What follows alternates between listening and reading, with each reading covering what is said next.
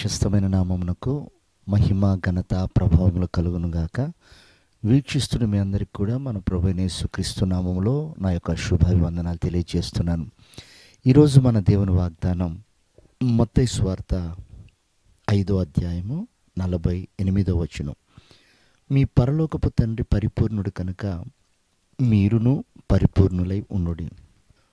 ప్రియమైన దేవుని సంగమా, మనం పరిపూర్ణుల మగుటకు మనం పిలువబడినాం. అంటే మనము పిలువబడేటప్పుడు అసంపూర్ణులమే. అసంపూర్ణంగా ఉన్న మన జీవితాలను పరిపూర్ణులుగా చేయుటకు దేవుడు మనల్ని ప్రేమించి తన ఏకైక కుమారుణ్ణి ఈ లోకానికి పంపి తన ప్రాణ త్యాగం ద్వారా మనము పరిపూర్ణులం కావాలని మనల్ని ఏర్పాటు చేసుకున్నారు. చూడండి ప్రియ దేవుని బిడ్డలారా, తండ్రి పరిపూర్ణుడై ఉన్నాడు.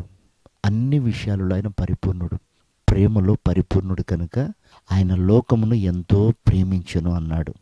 కనుక మనం దేంట్లో పరిపూర్ణులం అవ్వాలి?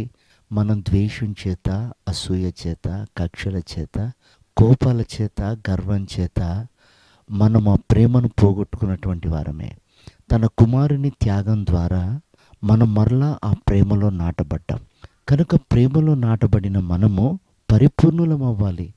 అందుకే పౌలు గారు అంటాడు, మీరు ప్రేమ కొరకై ప్రయాసపడండి అని. ప్రియమైన దేవుని బిడ్డలారా, చూడండి, విశ్వాసము, నిరీక్షణ, ప్రేమ, ఇవి మూడు కూడా నిలిచి ఉండేటి. కానీ అందులో శ్రేష్టమైంది ప్రేమ అని ఉంది. కనుక సంగమా, ప్రేమ అంతరించిపోతుంది ఈ కడవరి దినాలని తిమోతికి పౌలు గారు చెప్పాడు. ప్రేమలో మోసం ఉంటుందని, ప్రేమ దగా చేస్తుందని, ఈ లోకంలో అలాంటి కలుషితమైన ప్రేమ ఉంటుందని పౌలు గారు చెప్పాడు. కానీ మనం దేవుని ప్రేమలో పరిపూర్ణులం అవ్వాలి. ఆయన ప్రేమ నిష్కళంకమైంది, ఆయన ప్రేమ కపటం లేనిది. ఆ ప్రేమ సమస్తాన్ని సహించింది, ఆ ప్రేమ అన్నిటినీ భరించింది. ఆ ప్రేమలో డంబం లేదు, ఆ ప్రేమలో స్వార్థం లేదు.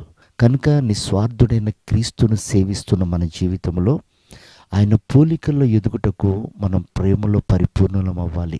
ఆ ప్రేమకున్న ఒకే ఒక గుణం త్యాగం చేయటం. తన కుమారుడు త్యాగమైతే తప్ప ఆ ప్రేమను బట్టి మనం కాపాడబడ్డాం.